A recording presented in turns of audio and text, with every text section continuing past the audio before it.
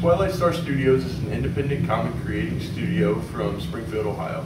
Formed in late 2009, the studio has been producing comics now for almost 4 years. During that time, they have released 65 books to date, and creators from the studio have been nominated for 7 different awards, generating interest not only on the local level, but across the nation. The 4 creators with us today have collectively produced over 1,200 pages of story and art that has appeared in some of their most popular books and have been created many of the characters featured in those same books. I'm Zach Pennington. Please allow me to introduce Brian Latimer, artist on stories that have appeared in the Price We're Asking series.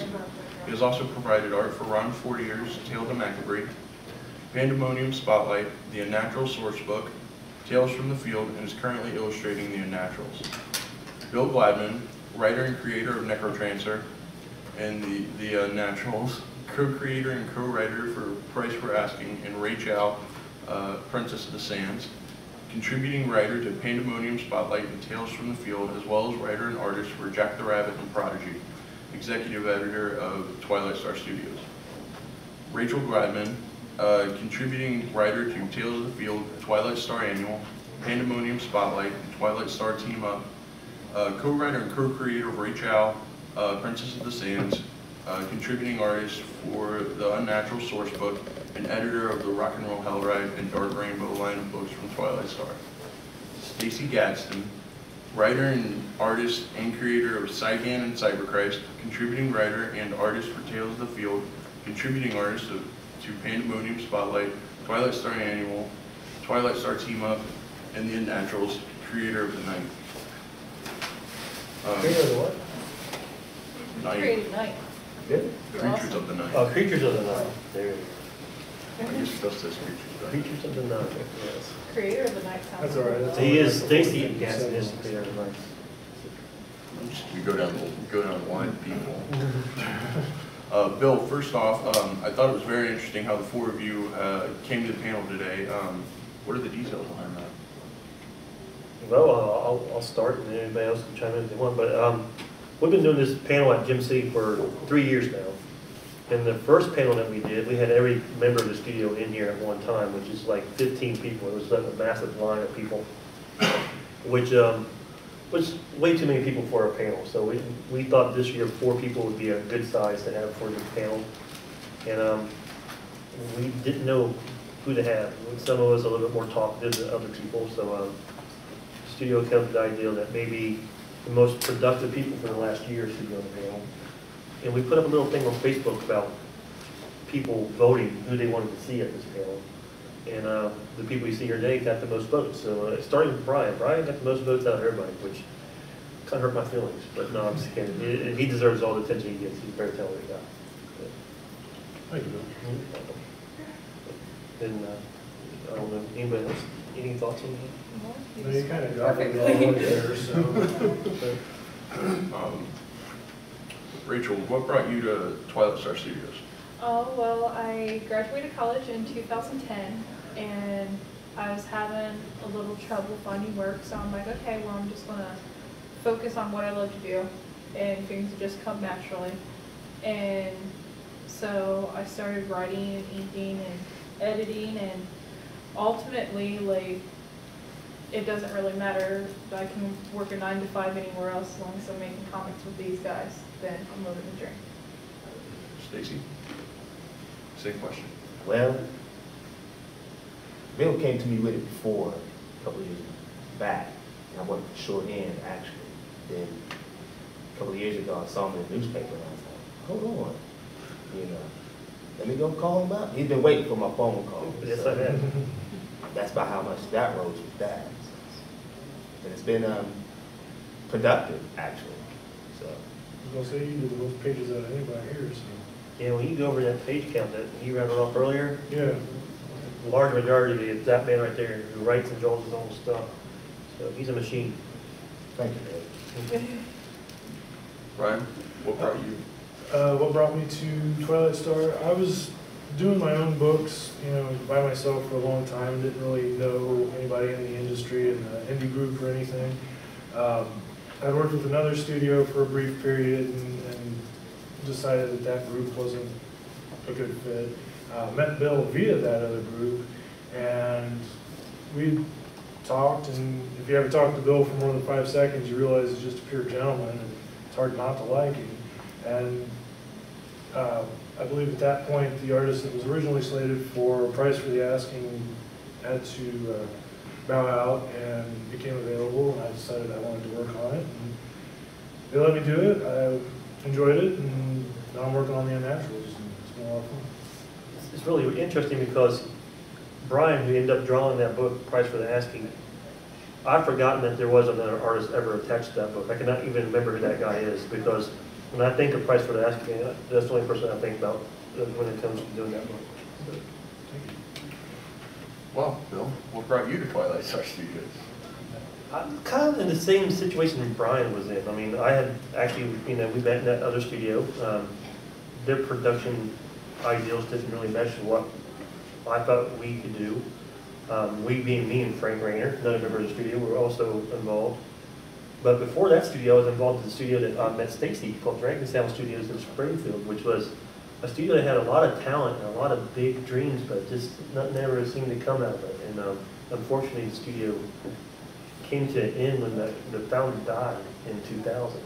And just when technology was coming around to help him create the stuff that he wanted to create, the stuff that we use every day to get our books out, would have been so beneficial to this man. He's no longer with us. So it's like I wanted to go ahead and see that dream through and produce comics. I've always been in love with comics. So. Luckily, Gary Church and I got together in 2009, and we both had the idea of creating a studio in Springfield. And instead of having two separate ones that would eventually compete, we thought that getting together and having one studio made sense. So we went that route. Stacy, what should Twilight Star Studios be known for? Say it again. What do you want Twilight Star Studios to be known for? For its creativity. I mean, so much talent, got so much storylines. Even I visualize it sometimes, not sometimes, but a lot. There's a lot of storylines and I have to go further other than short stories. And I think that Twilight can take that further with that. So. We've already got a lot of stuff established. What did you say we did last year? Was it, we had 32 books coming out last year alone? Last year 32. Yeah, that's insane for any indie publisher in there. So. Rachel, what makes Twilight Star Studios different from any other indie comic producer? We have so much drive. Like, a lot of people, it's a hobby. And of course, the essence of a hobby is something that you do in your free time for pleasure. But everybody in Twilight Star, even though we're not getting paid by the hour, even though we make all our money back in from sales, like, this is our second job. Like, me and my dad can't be together for like 7 minutes without discussing a character or qualities of that character, or I'll be like, his dialogue's off. You're writing him like Necrotrancer, he's Moonshadow, he doesn't swear like that. Or I'm like, you're making Zodica too much like Chalice. And like, it must drive everybody in our family nuts, because we'll be at like Thanksgiving, I'm like, so I have this excellent Cindy Star story that we need to write, like now. And like, we work at it like this is our day job, but it isn't. And I think ultimately someday that's going to be the reason why it will be our day job. Brian, who's your favorite Twilight Star character and why? I have to say, working on Unnaturals, I've had to dive into a lot of the characters and really learn to understand them, who they are, in and out, to draw them properly. The headlining character in that book is definitely Moonshadow, and he just seems like he's just one of those characters that in the book you only see the tip of the iceberg. There's so much going on underneath, and I hope to see a lot more stuff from Bill about Moonshadow or Rachel or whoever, and just really working that character up as much as possible, because I think he is interesting and fresh. So. Stacy, what about you? Who's your favorite character? And why? I would have to say Chalice, because Bill got me hooked up on it the first time. I think she can go further besides short stories. And I've talked to Bill last week at the door or something like that about doing a full book on Chalice. So people can see her true powers and stuff like that. And I think she can be a challenging character to work with. I gotta say, Especially with his writing. I think that's a tough question to answer, because Bill and Rachel have both put in so much emphasis in the characters as being deep characters with a lot of history, backstory. You know, and as an illustrator, I really enjoy having those kinds of characters because it gives me a lot to do, lots of history to build off of in my own drawing, and just face features, acting, stuff like that. And if they didn't take the time and the energy to put into that, which it takes a lot, then I'd be doing it myself, or I'd be, you know, I don't understand the character. What am I doing here? And it would be such a mess. So they really established something very strong for us to work from as artists. So. I agree. You guys are awesome. Rachel? I get to delve into so many characters. Like, a lot of these characters I've been working with since before the founding of Twilight Star. But the ones that really sparkle to me are the ones that don't have their own stories, that aren't on their own team. I love characters like RJ and Cindy and Valentino, who are just background characters for the most part. Yeah, I mean, you might see Valentino headline a couple short stories or maybe a one-shot, but I mean, like, compared to the whole big picture of the Rock and Roll Hell Ride, he plays a minor role. But these, like, Cindy is so tragic, and like, she's somebody that in real life you wouldn't even give a chance to. You'd be like, she's a junkie, that's it, and she's just somebody looking for her next fix. But she's so much more complicated than that, and there's such a depth and a realness and a vulnerability to her.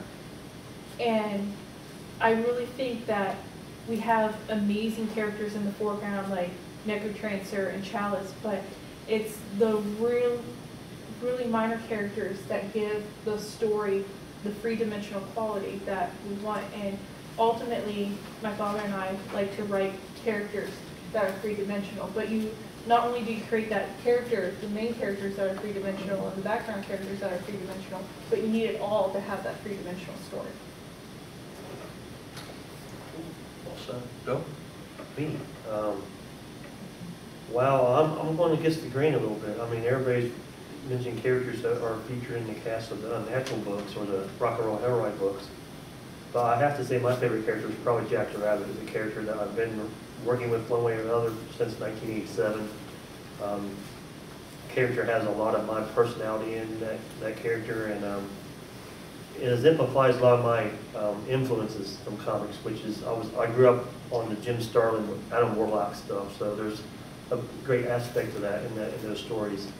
And it's a character that I draw. I'm not nowhere near as the artist as Stacy or Brian or the other artists that we work with, like Eric Johns, James Hill, Chris Metzger, Kerry Church, any of those guys. But I do enjoy drawing the Jack the Rabbit character and the Prodigy character. So I have a great love for that character. And I have to say that's probably my favorite one. So, and he's green. Green is so cool. Stacy, it's a well-known fact that no one in Twilight Star collects Main Street comics. Why? That I have no idea. No idea? Just no desire? It's funny you asked that, because I've asked several of these guys in the studio, as well as people that I've just met here at the show, and a lot of the indie guys and ladies are not interested in reading stuff that's coming out in the mainstream. I think it's a big part of it is the DC reboot, the 52, whatever it is. I've picked up a few issues of that when it first started, and kind of like, meh. It's just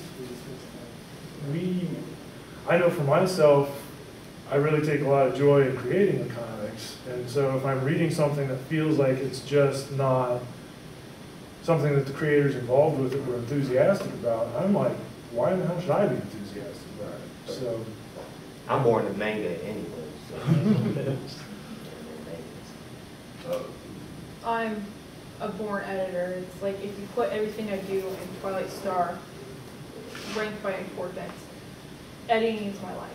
The one thing that I love to do is take something and enhance it. And the fact that there are so many people involved, and we're not talking about writers and artists, we're talking about editors who are out there just to make a buck, not a good story. Like, it hurts me that there are so many talented people in the industry that aren't succeeding because they just want to make shock and awe garbage that is poorly edited and poorly designed, and it's just, it's sad and disappointing, especially since everything that influenced me as a writer and an artist and an editor wasn't that long ago. You know, like Young Justice and Daredevil, which Daredevil's still good, but Mark Waid It's an exception to the rule. Yeah, and there's so much stuff on the book that's not getting the justice because it's like they're coasting. They're like, oh, we got Mark Waid, he's doing a great job. So we'll just give him what's left, and we'll have like this amazing stellar artist on this different book. And it's like, that artist would be so much better if he could have Mark Waid write that story. But the guy that illustrates Daredevil, I don't know his name off the top of my head, he's an effective storyteller, which is ultimately the most important thing in illustrating comics, is how you tell the story. And the beauty of it can come later, you know? Gary and I did we like to do a lot of stops at local comic shops. You know, it's not something that Twilight Star goes out and does every convention on the schedule every year. We like to support the shops that support us, meet the fans one-on-one as much as we can. And Gary and I was at a wonderful shop in Yellow Springs called Superfly not too long ago. And these people are coming in and they haven't been to a comic shop for years. And I heard them talking to the owners of the stores, like, I haven't read a comic for years. And I'm so confused about what's going on in DC and Marvel. I don't know where to start. And the easiest thing that Gary and I could honestly tell them is start here with Jack Rabbit #1, Prodigy #1. You know, tell us the field, Saigan. This stuff will make sense because you're getting in on the ground floor. You don't have to worry about all the history and all the rebooting. There's my dad, Frank. hi, Frank. That's a nice little entrance, I guess. Sorry, guys. Somebody asked me if I was your daughter today. And I kicked their ass. You should be so privileged. You should be so privileged. Now, Bill, does the fact that no one or you collect Main Street comics, does that affect your creativity at all? Or? It doesn't affect my creativity because I have 15 long boxes full of good creativity from the 70s and 80s that I can roll back on all the time, so I'm good with that. So I don't know if the other guys feel like not reading mainstream comics affects the creativity or not. I don't know. I find myself looking back at stuff. This might be your influence, actually. I've been looking at a lot of early 80s Marvel stuff. John Byrne's definitely one on the top of the list right now. And taking some inspiration from that, you know, I've always tried to take inspiration from many different sources, whether it be from comics of all genres, or movies, or TV, or even like ballet and plays and things like that. So I don't really like to limit myself to, I'm a comic guy, I only want to watch comics or read comics. So. I know Stacy's a huge film guy, movie buff, so I think maybe a lot of his inspiration comes from. Yeah, I do a lot of research now. And you can tell that in Stacey's art. I've heard the infamous wall of DVDs. Yes. That's just one wall in one room. Stacy, he illustrated a story called Palms Bridge for me, and there are scenes in that story that are so cinematic. Yes. And like, you can tell that when he was illustrating it, that it was playing in his head. There's this scene where she jumps from building to building, and like, she's flying through the air and she grabs the ledge and she's about to fall, and you see cars. You see the whole street layout, and just the way he laid it was so dynamic. And When I do my panels, well, I do my layouts first. And when I do my layouts, I visualize live action. That's all I do. I have no doubt when Stacy draws, you can actually hear the projector ticking in his head. when he's Something's going on. Stacy, what inspired you to create the character Saigan, and how long has it been around? It's been around, Saigan's been around since '92. Where he come from, I can't really tell you. It's just like, popped in, I needed a character, a single individual character to work with inside my main storyline, which is Cybercrisis. I look at Cybercrisis as a like G.I. Joe, because I like a team effort. But in Cybercrisis, it's a big team, and it's a lot of characters in it, so I had to scale it down to one character, put it in a book, because Cybercrisis is like huge. Saigan is just a small portion of the storyline, but it's easy to work with right now. So Cybercrisis is a universe, Saigan's with it, but with Saigan, I could play with him a lot more than I could with Cybercrisis. Cybercrisis has a lot more detail, has a lot more detail. But like I said, everything I do with those storylines, I play it in my head. And it comes out real well. I mean, you know, Cybercrisis, that's been since '89. And I don't know, a lot of people watch that movie, Lawnmower Man. And then there's a scene where, what's his name, sitting in the chair, and he whispers Cybercrisis, but that was like, what, 91 when that came out? I'm not sure. But I created Cybercrisis in '89. But then I heard it, and I was like, Cybercrisis? Oh, hell no. That happens a lot. So, It's crazy how much. They stole your ideas, what they did. Yeah. Yeah. somehow. Rachel, what exactly is the Rock and Roll Hell Ride and Dark Rainbow books produced by Twilight Star? It goes back to, like, you can't tell me and my dad to create one character, one concept, and it stops there. Like, I'm pretty sure, like, my dad can tell you what Zadika ate for breakfast this morning. But, like, You don't want to. anyways, pretty much we had these characters, we had Necrotrancer and Chalice for the Rock and Roll Hell Ride. And then, like, we started building this whole universe, and then we realized that it's all connected.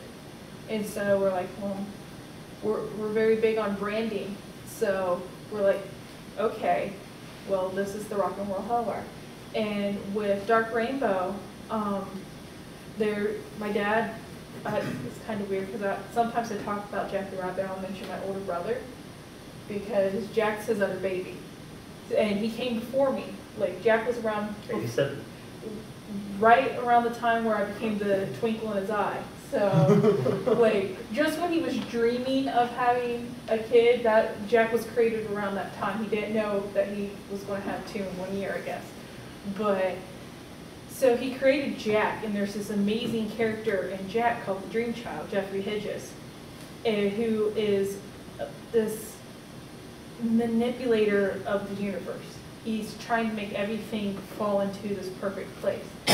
And through his manipulations of the universe, he created Rachel, who's his half-sister. He didn't create her, but he laid the pieces in place so it would happen. And she's always been this fascinating character. I didn't name her. The names are very similar, but I did not name her. That was him. But it's this, so when Eric Johns was like, I want to do a pinup, my dad suggested her because she appears in the Prodigy books, who Prodigy is the Dream Child later on. And I'm sure they'll figure it out. But like, he did this amazing pinup. It was absolutely gorgeous, and like, as soon as I saw it, like, there was no way of stopping the fantasies that came with it. It's just, I saw this piece, I'm like, I want a book. And it became, I did not know how it was going to happen, what I would have to do. I mean, like, I would have, like, sold my kidneys, or luckily it didn't take that, but luckily Eric Johns was willing to, and adored the character enough to participate in this massive project, and now I have like this beautiful book that I can say, I wrote that. And it's just like, it's what I was talking about, things being three-dimensional, the rock and roll hell ride and the dark rainbow stuff, it's just the after effects of creating three-dimensional universes. And I just want to add briefly, the name Dark Rainbow is a play on the song Rainbow in the Dark by Ronnie James Dio. And Ronnie James Dio was a huge inspiration and influence to me in a lot of stuff I do that pertains to the characters of Rachel, Jack Rabbit, and the Dream Child. His album Dream Evil, when that album first came out, really charged my creativity. So that was one of the reasons why we named that line of books the Dark Rainbow books. Brian, what benefits are there for you as a creator being part of Twilight Star? I guess for me, coming from doing basically everything by myself and in a vacuum, more or less, to moving into a group of creative people working in the same means, doing the same medium, at the very least, it's inspiring to feed off the energy, because they get together, we have a bi-monthly meeting, and we get together and we talk like this, you know, just amongst ourselves. And sometimes I get a little burnt out on a project, it takes too long, I'm a slow artist, and it takes a while to work on each page. And I go to these meetings, and I'm like re-energized afterwards. That's the very bare minimum I get from it. The other part of it that I get with working, thus far I've only worked specifically with Bill, but he's super collaborative in his process. He lets me do tons of stuff that most writers probably wouldn't. I really enjoy the fact that he does that, because it allows me to express myself, maybe not as a writer per se, but it kind of lets me scratch that itch as well. So. Bill, Yes. what is the ARC Award? The ARC Award. Well, the ARC Award is a pleasant surprise I learned about a few weeks ago. It is an award awarded in Arkansas, Little Rock, Arkansas, at the end of April. It is presented to stories that tie to detective stories or pulp fiction type stories. So we got nominated for this award a few weeks ago. I learned about it on Facebook from a co-creator of a character called Simon Price, and the co-writer in question here is Ron Fortier. And he let me know we got nominated for this award. Brian worked in the first issue of that, and he since did a short story featuring that same character again, named Simon Price. So it's really, really interesting and flattering to be involved in that list of nominees, because we're up against books from Dynamite, Dark Horse, Image, and Boom Studios. And those studios, those comic companies, to me, are producing more books right now of merit than any 10 books you can get from Marvel or DC.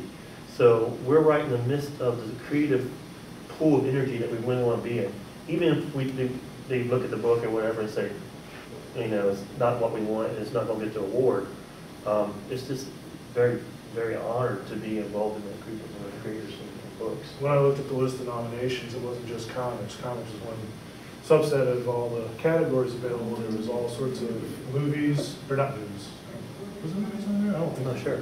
But there was books, novels, short stories, basically any prose form you can think of. And it was a long list. It was probably about 40 or 50 titles on there, I think. And it was nice to see our title on there with, you know, this long list of very admirable work. So it wasn't hard. And one of our good friends, Eric Johns, is also nominated for a piece of, he did illustrations for a book that's also up for ARC Awards.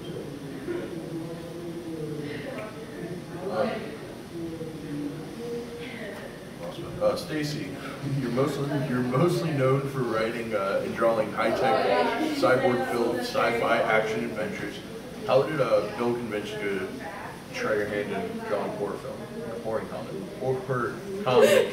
comics? Hey, it wasn't hard. I mean, it's different. You know, my life is based around sci-fi. He brought me that challenge, and it's like, okay, it's a challenge, and I didn't think I could do it, you know, so. He does it well, and he does it really well. And I was really, really excited to hear him say, I like this character enough that I don't want to do these short stories anymore, I want to do a whole book. I think, are you kidding me? This is awesome. This is really cool. It's not the challenge that, my challenge is not like his challenge, but it's challenge, you know, it's just my version, so. But it wasn't hard, it wasn't hard to convince me. And Chalice for those who, Chalice is a vampire. She's a female vampire. Before she was turned, she was actually a nun.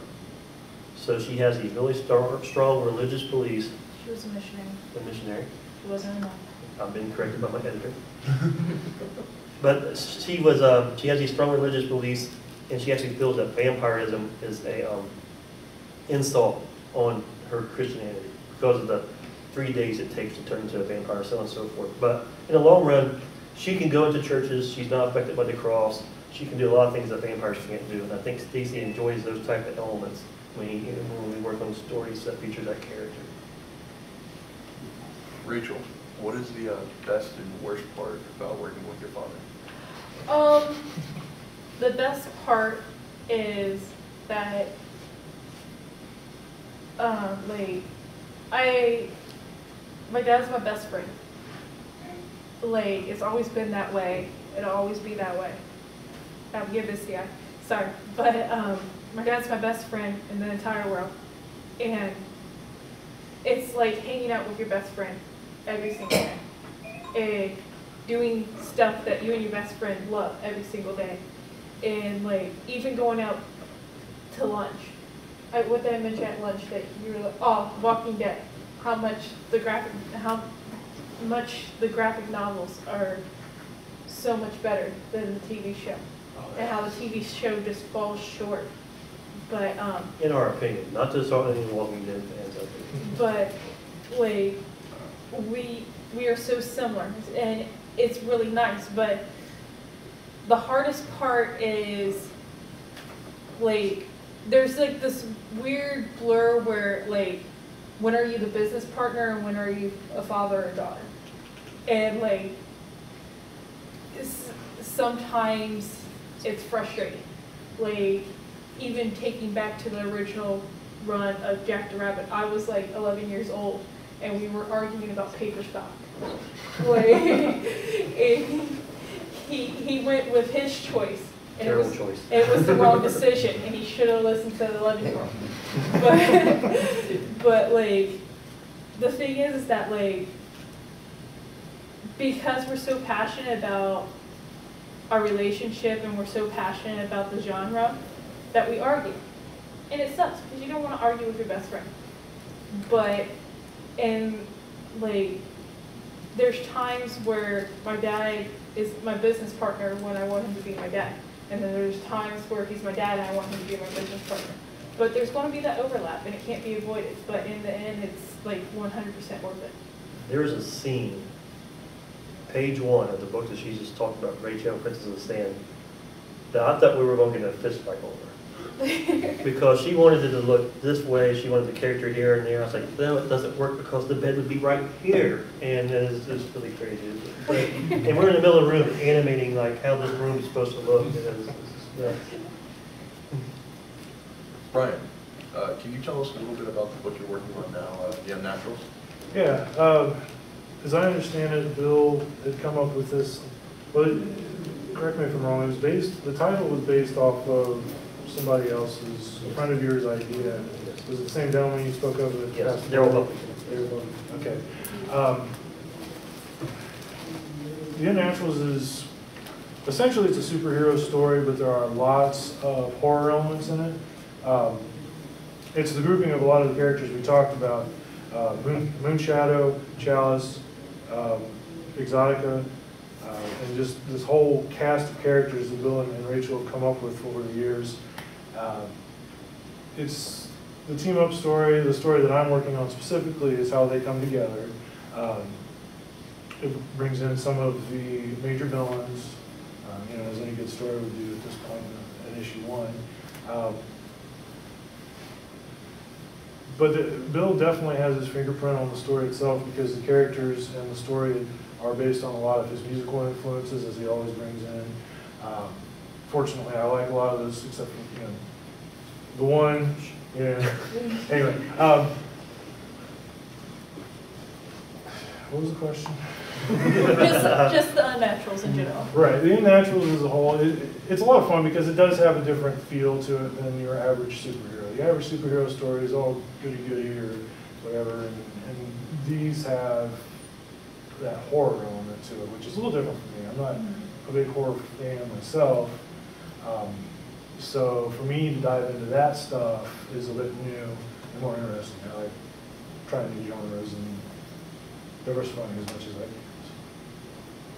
Just to add real quickly, when we were coming up with the Unnaturals, like you have a vampire, werewolf, a half demon, demon hunter, like A Mothman. and like the tagline of the book is, if the bad guys are the good guys, how bad are the bad guys? The bad guys are monsters. Or the good guys are monsters. We don't know our own tagline. If the good guys are monsters, how bad are the bad guys? That's it.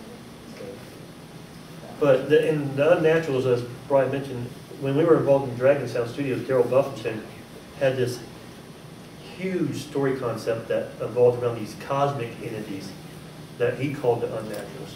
And when he passed away, I always liked that name, and I really felt that he wouldn't mind if I took the name and applied it elsewhere. And I think he'd be very, very excited about this book and Brian's art. I mean, if Daryl was around, I would never see Brian.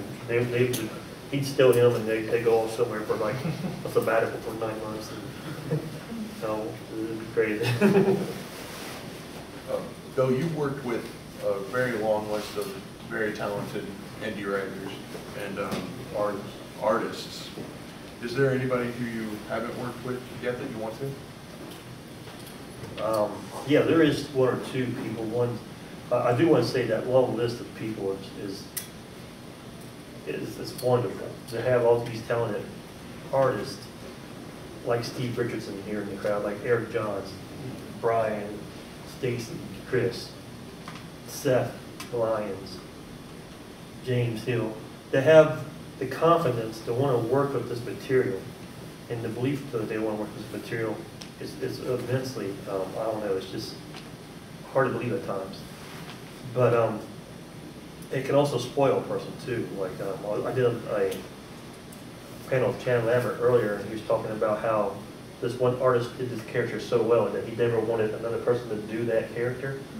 I feel that way when I see Brian's version of Moon Shadow, or I see Eric's version of Rachel, or I see Stacy's version of Chalice, James Hill's version of Necromancer. But there are two artists, one's local and one's out in Colorado, that I would like to work with if and when my writing career ever comes to an end, if you ever want to say I have a writing career. One is Sean Forey. I would love to do a short story of Sean Forey. He has a werewolf hunting character. I have a werewolf character. I think putting them two in the same story would be fantastic, so I'd like to do that. And the other is an artist that appeared in one of our books, a book that Stacy and I and Rachel worked on, Pandemonium Spotlight #4. He did an incredible horror/World War II story. His name is Felipe Echeverria. I would love to do a story with him. And I'd like to do a story about my dad passing away. Let that be the inspiration for it, at least. My dad died of cancer. And I have this story where this man who's dying of cancer has this conversation with death. And death gives the guy two options of how he can leave this world. And the guy picks one of those two options. So I would love to work with Felipe on that story if all possible. So we'll see what happens. Stacy, what should Twilight Star fans expect from you within the next year? That I haven't really thought that far yet. Pretty much busy what I got now. Like 2,000 more pages. Yes. Rachel?